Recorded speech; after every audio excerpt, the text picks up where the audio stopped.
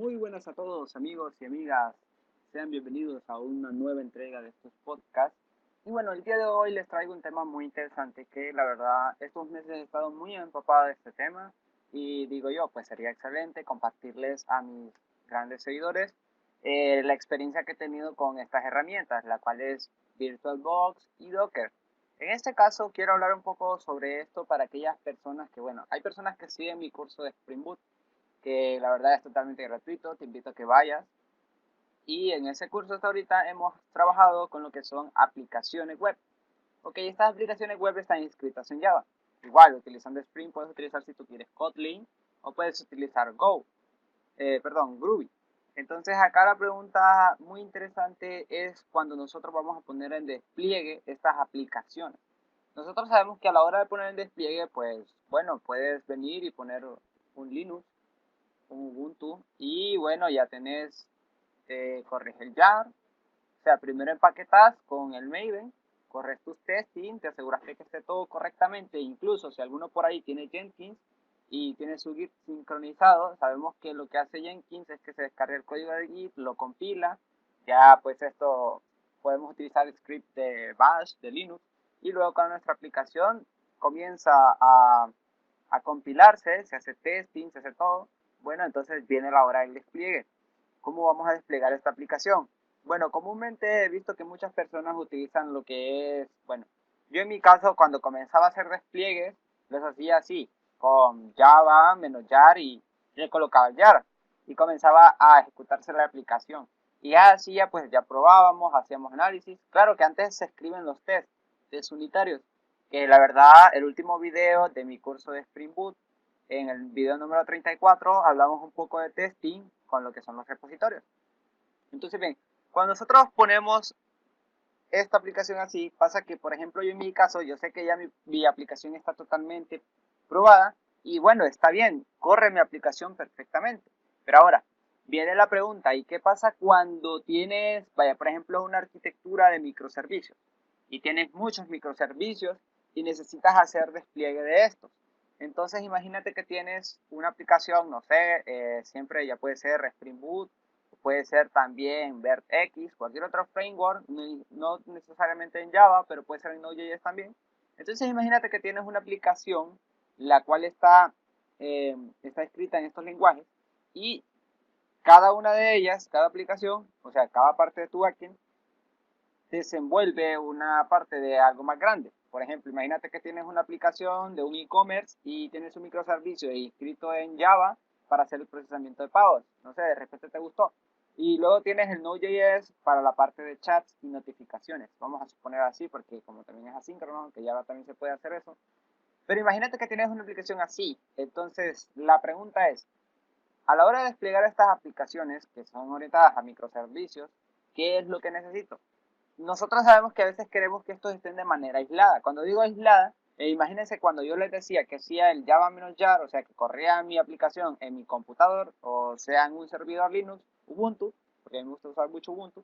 Entonces, imagínense que yo lo que hacía era que yo le daba esa aplicación, la corría, pero si yo quería correr otra aplicación, bueno, ya le ponía el sí, ¿no? Y lo hacía correr como un proceso, como un servicio. Ya saben, sudo service, el nombre del servicio, restart, estar, cualquier cosa de eso.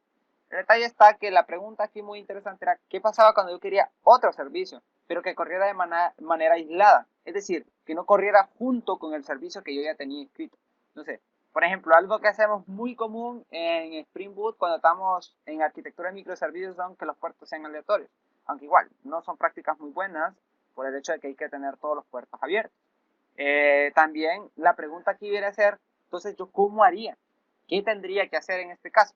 Y bueno, tenemos algo que se escucha muy a menudo, que es lo que se utilizan en los VPS, que son los Private Virtual Servers, o sea, los servidores virtuales.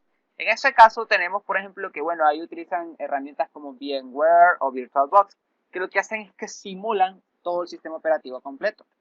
Entonces, bien, por ejemplo, yo una herramienta que utilicé mucho es el VMware, pero también he escuchado un poco sobre el VirtualBox. El VirtualBox lo utilizaba mucho en Linux, que por ejemplo en este caso VirtualBox es una herramienta que nos va a permitir a nosotros virtualizar un sistema que esté en x86 o en AMD64, es decir, arquitecturas 32 y 64 bits, que la verdad pues nos virtualiza como si tuviera una máquina, o sea, es una máquina virtual. Hazte cuenta que, por ejemplo, tienes Windows y quieres correr Ubuntu, que es lo muy común, y no quieres desinstalarlo y quieres estar corriendo los dos al mismo tiempo, entonces lo corres en una máquina virtual. La máquina virtual le da la cantidad de RAM que tú le estás asignando, le da también su red, le da todo lo que necesita un computador, un sistema operativo, perdón, para que funcione correctamente. Entonces, esta aplicación es capaz de poder acceder a la red, a la memoria que tú le diste, ya sean 4 GB, 8 GB, etc. Entonces los servidores así funcionan. Funcionan de esta manera. Cuando tú vas, por ejemplo, y le dices, quiero una VPS que tenga 4 GB de RAM, 2 núcleos en el procesador y toda la onda. Entonces lo que ellos tienen es algo llamado Data Warehouse. Bueno, así es como está en Google.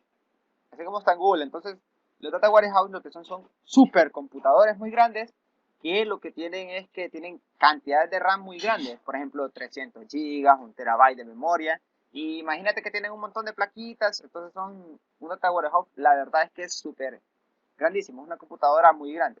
O sea, digo grande en cuanto a capacidades. También en lo que es volumen no es mucho. Porque no necesitas tener un monitor ni nada de eso. Entonces, bien, acá lo que hacen es que en ese computador que tiene cantidades de RAM muy grandes, lo convierten en máquinas virtuales muy chiquititas. Ok, lo convierten en máquinas virtuales muy chiquititas. Entonces, lo que hacen con esto es que cuando tú quieres una máquina virtual, entonces tú le pagas y ellos ya te levantan una máquina virtual. Claro que ya cómo funciona detrás de esto es muy interesante porque, por ejemplo, en la nube de Google Cloud, estos servidores están totalmente activos 24/7, por lo tanto se pueden dañar discos, se puede dañar cualquier cosa. Y es muy interesante ver cómo Google utiliza inteligencia artificial para poder detectar cuando un disco se va a dañar y llegan a sacar un robot y luego lo cambia. Entonces de esta manera es como funciona actualmente.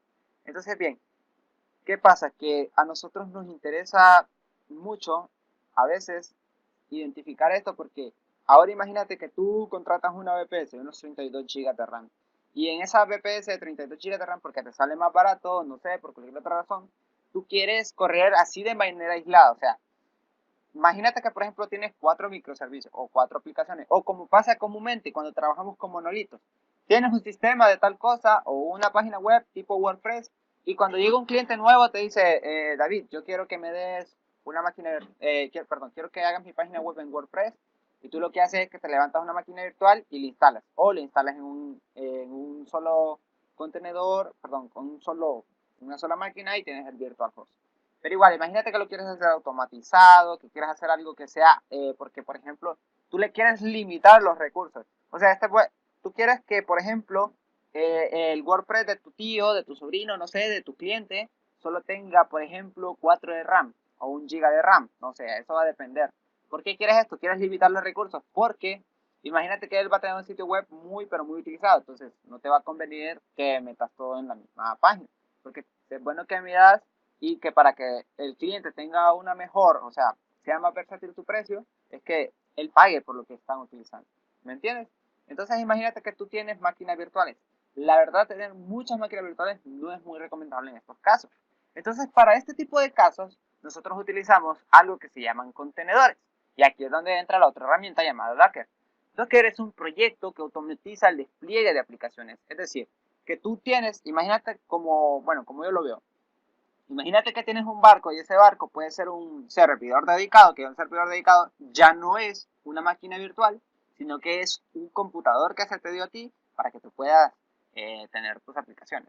Ok, entonces imagínate que ahora tienes un servidor dedicado, puede ser una máquina virtual. Entonces, hazte cuenta que ese sería como tu barco y un contenedor va a ser como los contenedores de cada barco. Perdón, que puedes meter en tu barco. Entonces imagínate que en un contenedor tienes MySQL, en otro tienes MongoDB, en otro tienes las páginas de tus clientes, páginas así. Las tienes separadas. Entonces, ¿cuál es la diferencia entre tener un contenedor con tener una máquina virtual? La máquina virtual comúnmente te virtualiza todo el sistema operativo completo. ¿Sí? Por ejemplo, cuando tú instalas una máquina virtual, imagínate unos 16 GB de RAM con VMware o con el, ¿cómo se llama? También con VirtualBox. Entonces, tú creas tu máquina virtual él tiene que agarrar, o sea, tú le das 4 GB de RAM, tú le das todos los recursos que quieres, pero él te va a instalar todas las librerías, todo completito, o sea, es un sistema operativo web, perdón, un sistema operativo completo, es independiente del sistema operativo que tú tienes en tu servidor dedicado o VPS o en tu computador. Entonces, ¿qué ventaja tiene esto y qué desventajas? Bueno, esto va a depender de tu caso, cuándo utilizar el VirtualBox o cuándo utilizar Docker, o cuándo utilizar contenedores, o cuándo utilizar las máquinas virtuales. Las máquinas virtuales, uno comúnmente lo que hace es para, como te acabo de decir, cuando tienes un super servidor gigante y quieres dividirlo en máquinas muy chiquititas. Entonces, eso sí es muy conveniente, no sé, porque de repente quieres tener una red aparte, todo lo quieres tener muy separadito. Entonces, ahí te va a convenir que utilices bastante las máquinas virtuales. Imagínate que, por ejemplo, tienes una aplicación en despliegue que de repente, imagínate que tienes una aplicación de despliegue con unos, no sé, unos 10 microservicios y cada microservicio tiene 5 instancias o 3 o 2.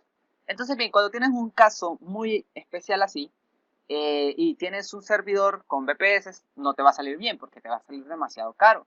Entonces, lo que uno comúnmente hace es que, bueno, se compra un servidor dedicado, lo paga al mes y en ese servidor dedicado lo vas a fragmentar con máquinas virtuales. Pero no vas a hacer, o sea, lo puedes hacer con contenedores de ya, pero imagínate que quieres tener también separado, porque, no sé, en alguna parte te gustó, porque también no solo vas a tener esa aplicación. Entonces, ya sabes, por cuestiones de dinero, decides utilizar el VirtualBox, porque dices, aquí voy a tenerlo de este cliente, pero todo separado, y aquí el de otro cliente. Entonces, cuando ya tienes esto, imagínate que ahora, a la hora de desplegar esos microservicios, los vas a desplegar en contenedores. Entonces, lo que tú haces es que encima de esas máquinas virtuales, imagínate, porque estás vendiendo VPS, o sea, estás vendiendo VPS y encima de esos VPS vas a poner los contenedores. Esto es muy utilizado cuando tenemos empresas que son bien grandes y la verdad lo utilizan más las máquinas virtuales, se utilizan en la nube. En este caso, es decir, cuando vas a vender el servicio, pero no cuando lo vas a usar. Cuando lo vas a usar ya tú utilizas Docker. ¿Por qué? Aquí es donde viene Docker y esta es la mayor ventaja que tiene Docker. Que Docker no te virtualiza el sistema operativo completo. Docker tiene unas capas que son muy interesantes.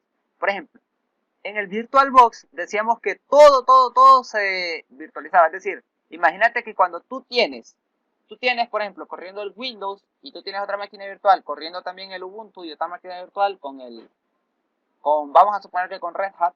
Entonces, cuando estos tres sistemas operativos se están ejecutando, vamos a decir de manera paralela, entonces lo que está pasando es que cada sistema operativo tiene sus propias librerías, tiene todo junto, tiene todo, perdón, cada quien tiene lo suyo. Esto abarca más memoria, te va a abarcar más procesamiento, etcétera. Y Docker no es así. Docker comparte las librerías y comparte el kernel. Recuérdense qué es el kernel. Cuando tú estás corriendo una máquina virtual, no está corriendo encima de tu kernel. El kernel, recuérdense que es la base el que conecta nuestro sistema operativo con todas las partes de tu computador. Sí, es el que se encarga, el kernel. Entonces imagínate que en este caso la virtualización con Docker, esa está hecha en Go, esa está programada en Go y corre en sistemas operativos Linux. Claro, hoy vas a encontrar también corriendo en Windows, pero lo más común es correrlo en un Linux y corre igual en el otro sistema operativo. Y la verdad te voy a explicar en qué casos me gusta utilizar bastante Docker y por qué esta herramienta me enamora. Entonces imagínate que, por ejemplo, tú tienes un contenedor y decimos que es donde tú vas a tener aislado tu microservicio, tu aplicación, lo que sea. Recuerda que también no solo suelen ser microservicios, también la puedes utilizar cuando estás, por ejemplo, vendiendo páginas web y de repente quieres tener algo automatizado, más bonito. Muy bien, entonces, en este caso, tú tienes eso separado. Y luego tienes también que este contenedor que tú tienes, imagínate que tienes un contenedor corriendo SQL Server, otro contenedor corriendo WordPress como MySQL. Estos contenedores sí van a compartir el kernel de Linux y también van a compartir o sea, toda la base donde se ejecuta nuestros contenedores. Esto te va a ahorrar memoria, esto te va a ahorrar cantidad de despliegue, o sea, cuánto tiempo se va a estar. Y construir todo esto es totalmente sencillo, porque Docker lo que tiene es como un host un host para conectarte con Docker, te conectas por medio de un API. Obviamente que tiene con el Docker tiene su propia herramienta, no es que te voy a decir, hazle con clic aquí a esta URL, no, no, no. Él tiene su propia herramienta. Entonces, algo bonito de los contenedores es que, bueno, igual como el VirtualBox, que cada quien se le asigna una red, también en el Docker se puede hacer. Tú le puedes asignar redes, tú puedes hacer que corra en una red privada, en una red pública, que pueda correr. También no solo hablemos de redes, también hablemos en cantidad de discos, volúmenes. La información se puede persistir si tú quieres, lo deseas o no. Tú puedes, por ejemplo, también en Docker, ¿cómo se llama? Limitar los recursos, darle 20 GB de espacio, etcétera, ¿no? Todo este tipo de cosas. Y también se puede integrar con muchas herramientas de infraestructura como Amazon Web Services, también con el Google Cloud, con el DigitalOcean. Pero bueno, fíjense que incluso hasta con Jenkins lo podemos tener automatizado, que es lo más bonito. Porque imagínense que tienen un proyecto, vamos a suponer así, vaya, bueno, ahorita como nos está pasando en el nuevo backend que vamos a tener en la plataforma Bypele, que te recomiendo que te vayas, que ahorita eh, vamos a tener, ¿cómo se llama? MongoDB corriendo de base de datos, vamos a tener entre 5 o 6 microservicios que van a correr aparte, porque unos procesan video, otros se encargan de archivos, otros se encargan de información, etcétera, ¿verdad? Entonces tú ya sabes, tú tienes ahí fragmentada, otros se encargan de mandar las vistas, otros para manejar assets, porque la verdad es que cuando un proyecto está creciendo, entonces tú necesitas ya no tienes que tener centralizada tu aplicación, sino descentralizada. Entonces, cuando tú tienes algo así, lo que va a suceder es que tu aplicación ya no solo está corriendo en un solo lugar. Entonces, bien, en este caso, se necesita que los despliegues sean rápidos. ¿Sí? Cuando se requiere una nueva instancia, esa instancia se haga rápido. Incluso, me gustaría algún día hacer un tutorial de cómo hacer un programa que se conecte con Docker y levante instancias para hacer algo automatizado. Y lo voy a hacer con Java. Ok, entonces, en este caso nosotros no necesitamos que vuelva a instalarse el kernel de Linux y todo eso, no. Yo solo necesito una máquina que tenga estas y estas características y que encima de ella corra, por ejemplo, el Mongo. Entonces, esto hace que cada cosa corra de manera aislada y me permite a mí poderle limitar los recursos, porque imagínate, por ejemplo, la base de datos necesita más red que otro microservicio. No, bueno, utiliza más procesamiento más que todo. Pero imagínate que, por ejemplo, la aplicación vamos a suponer que en este caso es la que envía datos, no necesita tanta red porque son datos de texto plano. No es como, por ejemplo, la que envía archivos, que necesitaba también una gran cantidad de memoria y también necesita enviar bastantes archivos, entonces necesita una red mucho más grande. Entonces, si tú te fijas, aquí necesitarías varios tipos de VPS y sería totalmente difícil estar contratando un servicio que te va a salir mucho más caro. Entonces, para este tipo de casos, nosotros utilizamos Docker. Y luego de que tú imagínate que ahora tienes un montón de microservicios corriendo en un servidor dedicado y ya tienes algo que se le podría llamar una granja de microservicios. Y aquí entra otros temas que son como Kubernetes, cómo construir cluster y todo este montón de herramientas. Entonces, cuando tu aplicación va creciendo, aquí te voy a decir dos cosas. En qué casos utilizar una máquina virtual y en qué casos utilizar Docker. Porque tampoco es que Docker nos va a solucionar la vida. No es así. ¿Cuándo vamos a utilizar VirtualBox y cuándo utilizar Docker? Cuando tú quieres un sistema operativo, lo mejor es, o sea, cuando tú quieres todo el sistema operativo completo, es mejor utilizar lo que es VirtualBox. Pero si solo vas a necesitar un lugar donde poder correr tu programa, o sea, no necesitas todo el sistema operativo completo, no necesitas todas las librerías, entonces sí es bueno utilizar Docker, porque así te vas a ahorrar muchas cosas. Entonces imagínate que, por ejemplo, no sé, estás programando una herramienta y necesitas, por ejemplo, por ejemplo, la herramienta en la que corremos Docker, obviamente necesitamos una herramienta que nos permita a nosotros correr este programa. En este caso, ¿qué sistemas operativos tenemos para correrlo? Se puede utilizar en todas las distros de Linux y también lo puedes utilizar en Windows. Pero lo más recomendable es correrlo en Linux, porque es donde está nativo. Entonces, ya para cerrar esto, cuando nosotros necesitemos, por ejemplo, correr varias instancias de un servidor, siempre es bonito tener Docker porque es más rápido.